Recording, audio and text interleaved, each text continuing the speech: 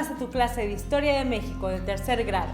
Hoy continuarás aprendiendo sobre las características generales del siglo XIX mexicano, para que conozcas los principales hechos y procesos históricos, además de ubicarlos en el tiempo.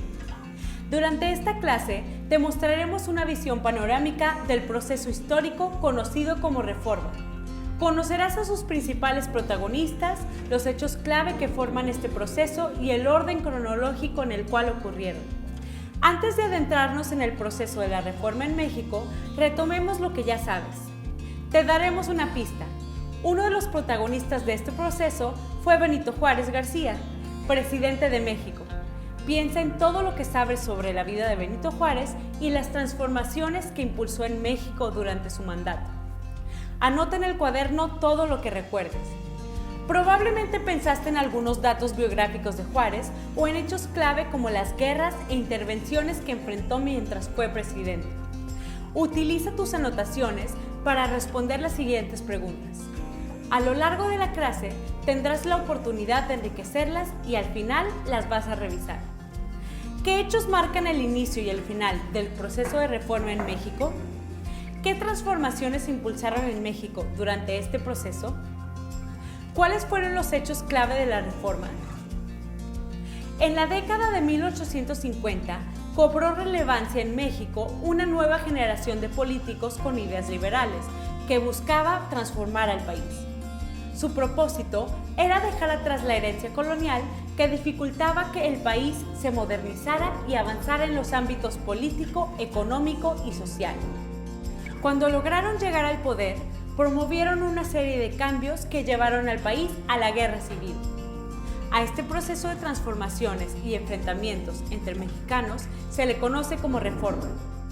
Para que tengas una visión general de este proceso, utilizaremos las nociones temporales de orden cronológico y duración. A su vez, te recomendamos trabajar con una línea del tiempo en la cual representes los hechos y procesos históricos que se aborden. Escribe en el cuaderno la información relevante. Comencemos. Al iniciar la década de 1850, existían dos grandes grupos de políticos e intelectuales, los liberales y los conservadores. Mientras que los primeros buscaban una transformación rápida y profunda de la sociedad mexicana, los segundos proponían conservar algunas instituciones de origen colonial que habían demostrado su utilidad. Tras la Revolución de Ayutla de 1854, los liberales ocuparon los más altos cargos de gobierno. Casi de inmediato, iniciaron una serie de reformas políticas y económicas. La primera de ellas se publicó en 1856 y tenía por objetivo poner en venta las propiedades de la Iglesia y de corporaciones civiles como los ayuntamientos y los pueblos indígenas. Un año después, en 1857, se promulgó una nueva constitución, claramente liberal, que recogía derechos fundamentales como la libertad de prensa, de religión y de opinión. ¿Qué crees que pensarán los conservadores de la nueva constitución?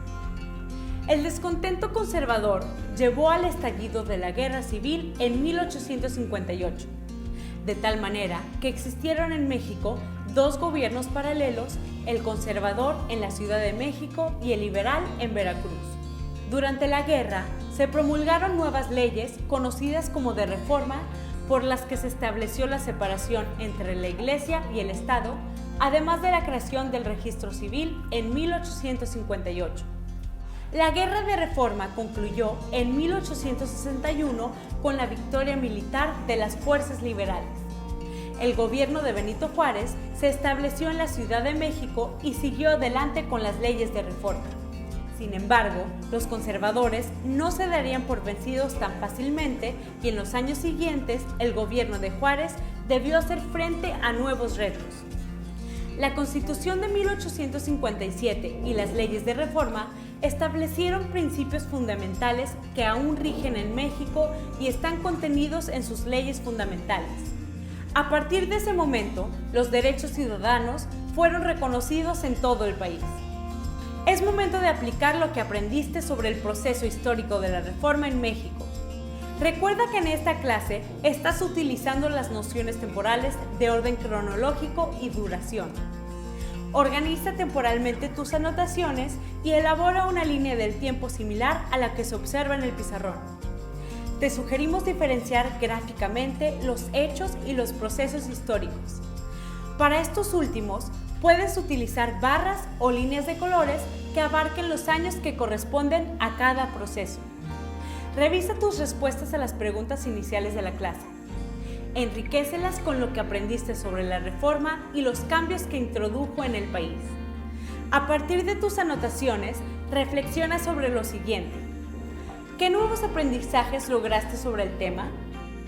¿Cómo explicarías el proceso histórico de la Reforma en México?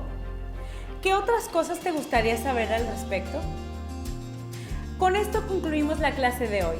Lo que aprendiste te será de utilidad para continuar estudiando la historia de México, pues cuentas con un panorama general de la Reforma que te permitirá estudiarla más a fondo en clases posteriores. No queda más que agradecer tu presencia. Te esperamos en la siguiente clase.